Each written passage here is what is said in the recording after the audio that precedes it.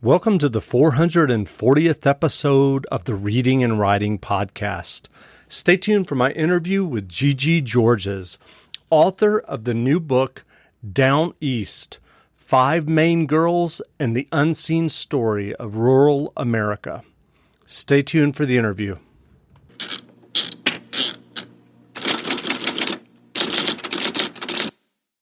Welcome back to the Reading and Writing Podcast. My guest today is Gigi Georges, author of the new nonfiction book, Down East, 5 Maine Girls and the Unseen Story of Rural America. Gigi, welcome to the podcast. Thank you, Jeff. It's great to be with you today. Sure. If someone hasn't heard about your new book, Down East, 5 Maine Girls and the Unseen Story of Rural America yet, how would you describe the book and the story that you were trying to tell with your reporting? So Down East is a narrative nonfiction book. It follows the lives of 5 young women who live in one of the most geographically isolated parts of Maine. And a lot of people don't know this, but Maine is the most rural state in the country. So that's saying a lot. So I follow these girls for the past 4 years, and we see them through many challenges, but also through their lenses, we see the way in which there is hope and optimism for small towns. And if anything, I would say that's the larger theme of the book. And so what originally led you to reporting? And as you said, I think it was 4 years to reporting and writing Down East. Great question, Jeff. I'm a city kid, born and raised in Brooklyn. This has been quite a journey for me. I was raised in this big Greek immigrant family and always spent my pursuits and my life in urban places, New York, Washington, D.C., back to New York again after a stint at the White House, and found myself after I got married. My husband and I made a decision to leave New York, head to northern New England, and began to raise our daughter there. And what I started to observe when I looked around was something that was quite different than the dominant downbeat narrative that we hear so much of when we have this broader conversation about rural America. I recognize there are challenges, of course, but I saw something that really surprised me when I went just up the road from our house in Maine, about an hour north to Down East Washington County, and started to spend some time there with the community and later with these 5 really remarkable young women. So you've mentioned that there's hope and optimism. Where do you see that hope? So here's what I saw. I spent these 4 years following these young women around. They gave me this gift of opening their lives and trusting me, really, as did the broader community. And what I saw was a set of towns that is struggling with a lot of the things we talk about when we talk about rural America. Does have issues of economic hardship, of joblessness, of factories having closed and folks having to reorient themselves in some ways. Does have, unfortunately, a significant problem and challenge of opioid addiction. But at the same time, what I saw was this: an incredible strength of community, tremendous social capital, people leaning on each other and finding a way through. Tremendous resilience amongst these girls, each of whom faces different challenges. And I'm happy to get more deeply into that as it relates to each young woman. But they all face challenges. They all face tensions. And yet, through the strength of community, through their resilience, and through, I would say, the fierceness around these women that's been passed on from grandmother to mother to daughter, that they are not representative of the 1 in a million story that we hear so much about, that 1 in a million that has to escape rural America in order to succeed. It's a familiar theme in a lot of accounts about rural places. Rather, these young women are looking to stay and build. They're committed to their community.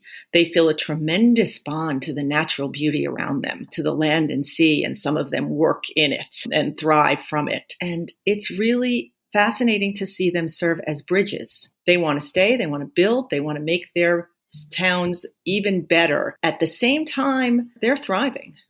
And I thought that was something that was important to tell from their perspective. Can you talk about these young women and their experiences and challenges?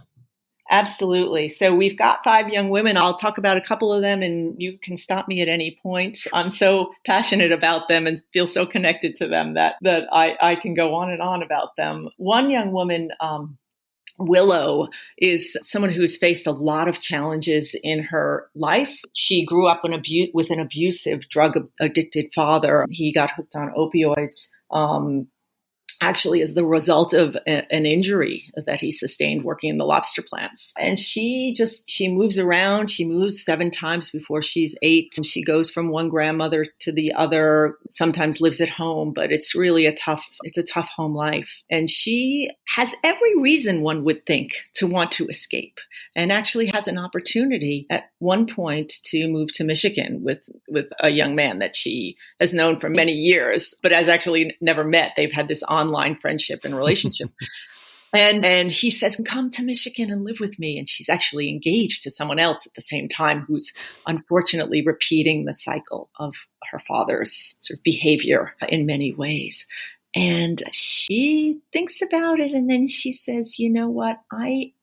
My heart is down east. Can't leave this place. I am so connected to the nature of it. She works at the local wharf. I'm connected to the land and sea. I'm connected to the community. She has tremendous mentors at the school, and one art teacher in particular that I get into, Britt Francis, who goes by Franny, who really shows her that she has value, that she's talented in her photography. And she goes on and she pushes through, and she is not a victim. And that pushing through, that resilience, is very much connected to her sense of place. She's just one example, and I'm happy to continue on. Yeah, sure. Why don't you give us another one? That sounds wonderful. So one other is Vivian, her best friend. And Vivian comes, unlike from Willow, from an established Down East family. Her father's a town selectman, and he's high up there's a lot of blueberry farming in that part of Maine. In fact, one of the towns is known as the blueberry capital of the world. That's Cherryfield. Her father's high up in one of the major blueberry manufacturing operations there. And she goes through her own struggles, though. She rebels against the town culture. She rebels against her church, which is Baptist Church of quite conservative faith and practices. And she becomes, in some ways, what one might have expected Willow to be, her best friend. Willow is the stable one, the mom, the nurturer. And Vivian goes out and explores recklessly as a teenager, sneaks off in the middle of the night and does some dangerous things. And yet, even though she goes through this rebellion and has significant questions about her town, she still comes around to feel that the social capital, the sense of community, certainly the nature around her, is sustaining. And although she doesn't settle down east, she ultimately ends up pursuing nursing and moving to an even more remote part of Maine, way up near Fort Kent, up at the border. And that's where she's finishing her nursing degree. And she's made a commitment to that community up there, which in some ways is not that dissimilar from down east. For those who are not that familiar with the geography of Maine, can you explain exactly where down east, where that is?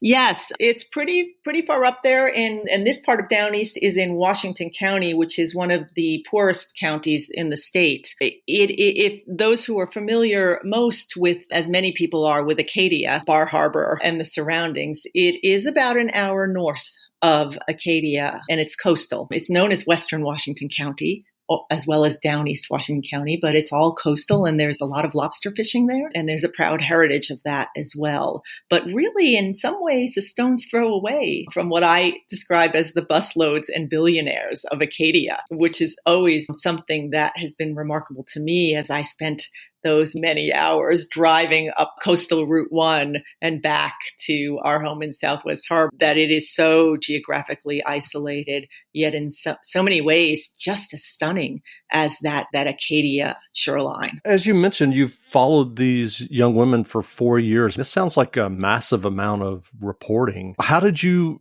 Can you tell us a little bit about that experience, just in terms of these young women are from, as you said, a very isolated and rural community? What did you have to do as a writer to convince them to open up to you and allow you access to their lives? It's interesting because, as you would imagine, I did wonder initially whether they would open themselves in the way they did. And I hoped, but I didn't expect, right, when I went into this. I had the good fortune of having some introductions through a good friend named Reverend Scott Planting, who runs a wonderful nonprofit that's actually been based in Bar Harbor for many years. Scott Planting sat down with me one day, actually with me and my husband, Jeff, and we're good friends. And he's so thoughtful about these issues. And he spent so many years working through the Maine Seacoast Mission and through other efforts with the kids and the communities in Washington County and the Maine Islands. And I explained to him that I was just seeing something different. And I wanted to explore it. I wanted to dig deeper. I wanted to understand it. I particularly wanted to delve into, because I have an education policy background, to delve into sort of life for teenagers at the high school. And he said to me, I'll introduce you to the school superintendent. I'll introduce you to the school principal and a couple of others. Go talk to them, sit down with them. And I think you'll be surprised at what I know that his good word opens some doors for me. But I will say this to a person, everyone in the community was so welcoming. And I'm so grateful, because I think it does take a lot for any community to open themselves up to someone from outside and allow them to get a really close look. The girls I came upon by the principal was really great about offering me the opportunity to sit down in some informal focus groups with some of the juniors and seniors in the high school, young men and women at first. And when I did that, I was struck.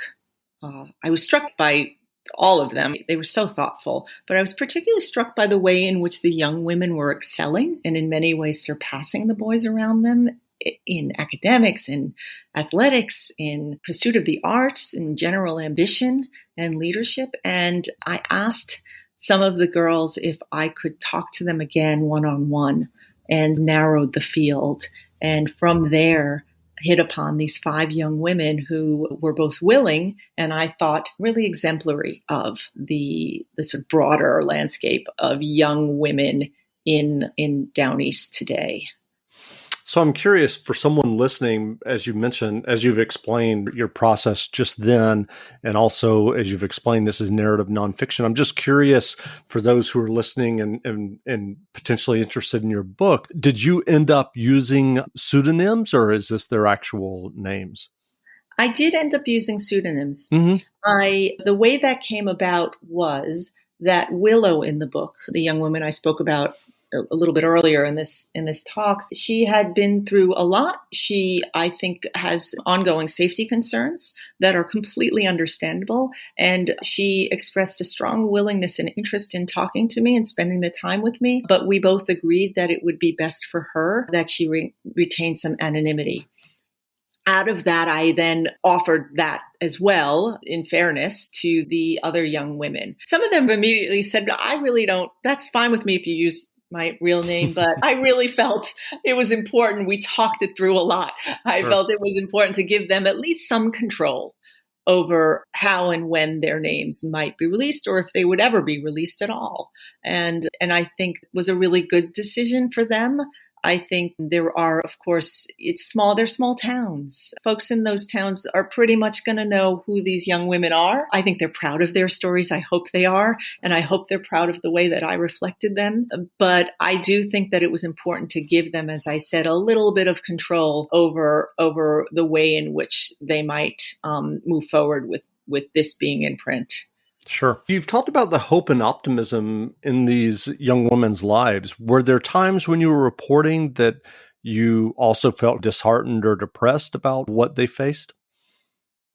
I don't think I would say depressed, but I would say that I understood and saw the challenges that they faced. I understood the complexity of it. There was one moment or series of moments, for example, when Josie, one of the other young women, confronts a crisis of faith. She too comes from a background of a tight-knit family that is very involved in the local Baptist church. She grows up really strongly feeling that faith. And then she goes on to Yale. She's valedictorian, the second ever in her class to go in Narraguagus High School. That's the high school name, Narraguagus, ever to go to Yale. The first being her older sister, by the way. And she confronts at Yale some real questions about what the different environment, as one would expect, coming from a small town, feeling a different culture. And she embraces it in some ways, in many ways, and in other ways she retains what she believes is strong in terms of what she's come to Yale with, what she brings from down east. And at one point, though, she confronts this crisis of faith that gets sparked by the death of her uncle at a relatively young age, and questions God and questions the religion and questions the church that she has grown up in that's been so much a part of her life. And I thought that crisis, that moment, I imagine is faced by many young people at any point that they encounter something. And I thought she had so much self-awareness about it going through it. That's one example. There are others, certainly looking at the poverty, certainly looking at and encountering young people who don't have running water, who struggle to find enough food on the plate. Their families are struggling. The community, though, is very embracing and very strong in terms of doing what they can for those young people and for those families. So while it is disheartening to see that level of poverty, to understand it in its depths, I also felt, I have to say, I felt really good about what I saw in terms of the way in which the community rallied around. And I thought this is a real live example of what we talk about in heightened words of social. It is real. It is thriving. There's a lot of discussion on the national political level about the loss of middle-class jobs. I'm curious, in your reporting about these young women, what do you think is the biggest barrier down the road for them in terms of a job enabling them to stay in this area that they're obviously very connected to? So I think that there are some barriers, and then I think there are some reasons for optimism that I'll come around to. One of the barriers is that there aren't, you've had this cycle that you see in a lot of places in rural America, where a lot of the old standard jobs, the manufacturing jobs, the mill jobs, the jobs where there is production, that those have disappeared. And that's true down east as well. And what you have is a lot of service jobs, and you have some opportunities, for example, around nursing assistants, around some levels of speech pathology, where there are job opportunities and there is need, but there are some barriers. One is that the pay tends to be quite low. Earning a living wage is not as easy as one might imagine. The other is that because it's pretty geographically isolated, the transportation, for example, it's quite a long round trip. And so you've got to have access to reliable transportation.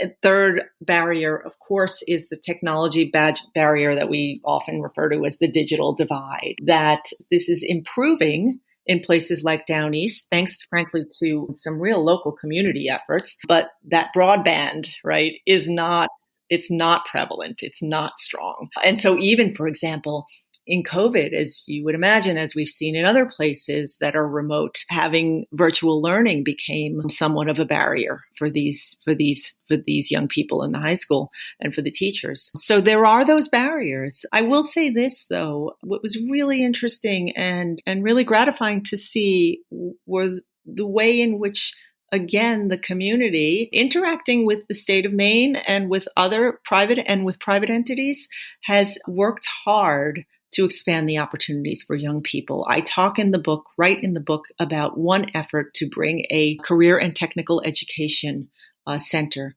to down East Washington County, one of the few areas in Maine that didn't have good access to one. And the school principal and the superintendent took the lead on really fighting hard to bring this to down East Washington County because the families were just desperately clamoring for it. Because those jobs, the jobs that would come out of it, the jobs that would include things like mechanic jobs or jobs related to lobster boat building, where you have such a thriving lobster industry and there is such a need for that. Jobs that go around other services, healthcare and daycare and the like, and early childhood education for both young men and women. There was just a real clamoring for it, and they fought hard for it, and they got it. And they're now moving into their second year of having kids going into those programs, into that center that's right in the heart of down East Washington County. And there's optimism that those jobs, that those opportunities will bring more career paths for the young people there. I'm curious, and you've talked about what surprised you in terms of the hope and optimism. Were there other things that surprised you in the reporting that you were doing? I think that I was most surprised by the strength of the voices of these young women, by the tremendous self-awareness that they have as they've moved through the various challenges that they've faced. I expected them to be strong and resilient. That is, after all, one of the trademarks of Mainers. But I really was surprised at the depth at which they were able to, at a very young age, work through what they were facing, what their community is facing, and really come out the other side even stronger in many ways. And I attribute that to, in many ways, that connection, that fight that I saw in these towns that is too often, I think, overlooked when we settle in on the challenges and the sort of hardships that small communities like this face, particularly in rural America. Sure. What nonfiction books or novels have you read recently that you enjoy? I have to say, I've been reading a lot of Maine literature recently, and I would say there are two that are at the top of my list. One recently published novel by a first-time novelist named Gregory Brown called The Lowering Days is absolutely beautiful, and I commend it to anyone. It is an extraordinary novel about moral crises, as well as an evocative novel of place that takes place in the Penobscot River Valley. And I would also recommend another Maine author, Susan Connolly, whose written many books, but her most recent book, Landslide, is just a terrific account of a family in crisis on a remote Maine island and touches on some of the similar themes that I touch on, but in a very different way. Where can people find you online if they want to learn more about you and your book, Down East? You can feel free to go to the HarperCollins website, or honestly to any major bookseller website or anywhere where books are sold. Great. Well, again, we've been speaking with Gigi Georges, author of the new book, Down East, 5 Maine Girls and the Unseen Story of Rural America. The book is on sale now, so go buy a copy. And Gigi, thanks for doing this interview. Thank you so much for having me, Jeff. It was a pleasure. Now, stay tuned for a brief excerpt from the audiobook of Down East, 5 Maine Girls and the Unseen Story of Rural America by Gigi Georges, narrated by Lisa Flanagan. Available from Harper Audio, wherever audiobooks are sold. It's 5 a.m., and I'm driving up the Maine coast toward the Harrington River. I'm on the periphery of the state and the edge of the entire nation, but in the heart of down East Washington County. A soft October sun has just begun to arch across the sky. The land is unforgiving, sheathed in granite, dotted by austere homes and punctuated by low-lying brush. Around me, lobster fishermen are settling in for another day of work. Some have traveled to open waters through moonlight, eager to get a jump on their hauls. Others in smaller boats are just setting out. They'll hover closer to shore or hug an inlet tucked in the jaws of the jagged coast. They'll fish like generations have before them. The waxing light will guide them to their buoys, and the sea will bring them what they need. There are moments in life that start out feeling ordinary, until somewhere along the way they turn out to be more extraordinary than you could ever have imagined. There are places that echo long after you've left them. And there are people, strangers at first, who end up bringing you the faith and perspective you never quite realized you were missing. So it was for me down east. It's not just the region's sweeping geography, the way it feels so close to nature that you can hear its heartbeat through the trees and see its soul through the fog that dances on its skeletal coast. It's not just the feeling of being utterly alone as you wind across the Black's Woods Road, complete with its whispered legacy of a haunting ghost named Catherine. It's the reverence with which generations of families have wrapped themselves around this place, thrived in terrain that leaves no room for idleness or self-pity, and woven a code of honor around the community they've built. They're not just from down east, but of it. And despite the multiple challenges they face, there's nowhere else they'd rather be. An hour into my early morning coastal drive, I turn off U.S. Highway 1. I make my way through the narrowing, unpaved stretch that will lead me to Harrington's town landing dock. When I get there, Olivia Marshall, one of the few female lobster boat captains in Down East Maine, is standing beside her 36-foot boat, the Gold Digger. Olivia is in her early 40s and striking, with long blonde hair, silver blue eyes, and perfect teeth. She's been fishing since she could walk. She married a lobsterman straight out of high school, and together they raised 2 boys who fish. She's captained her own boat for more than 15 years, most days with her sister Emily by her side. We head out on the water to the first of Olivia's 800 traps. Both the bay and the boat are quiet, despite the presence of a dozen other working vessels. Fishermen here don't care for idle talk. Olivia will haul about a third of her traps today before she heads to shore mid-afternoon. Instinctively, she flicks her left-hand fingers around the Gold Digger's steering wheel. Her eyes are trained on her traps, and the light creeps higher to reveal a perfect sky. She is at home. This is a place of seafarers and sacrifices, where people are as tied to the whims of the water around them as human beings can be. Their sea, the Down East Sea, is a blue-hued canvas, spotted with brightly painted buoys to which the captains stake their claims. The buoy colors and patterns are unique to every owner. Admire them from afar, but don't dare to touch them if you value your limbs, as these buoys represent the fisherman's livelihood, honor, and for many their birthright and passage to a cherished way of life. Here, seasons define that life. Each summer the lobstermen glide across a steady sea and their workdays stretch through endless sunlit hours. By the time October rolls around, they give the chilling air a knowing nod and quicken their pace. As fall succumbs to winter's yawn, they brace their boats against the coming freeze.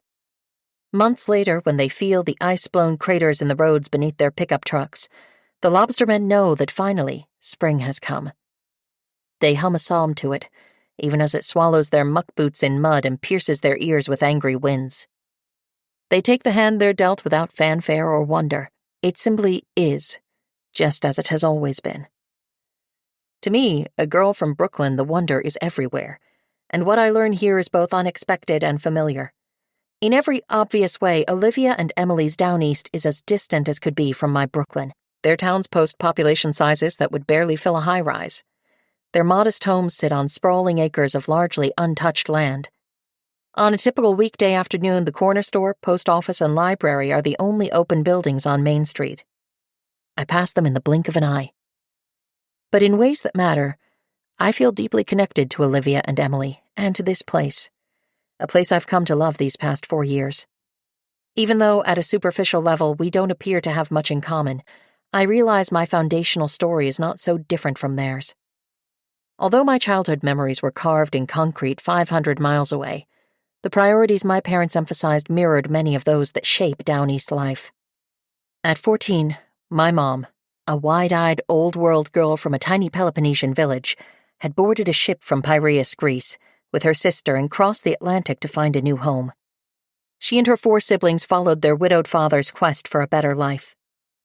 A few years later, she fell in love with my dad, a first-generation Greek-American who made it through the Depression with generous daily doses of stickball and family love.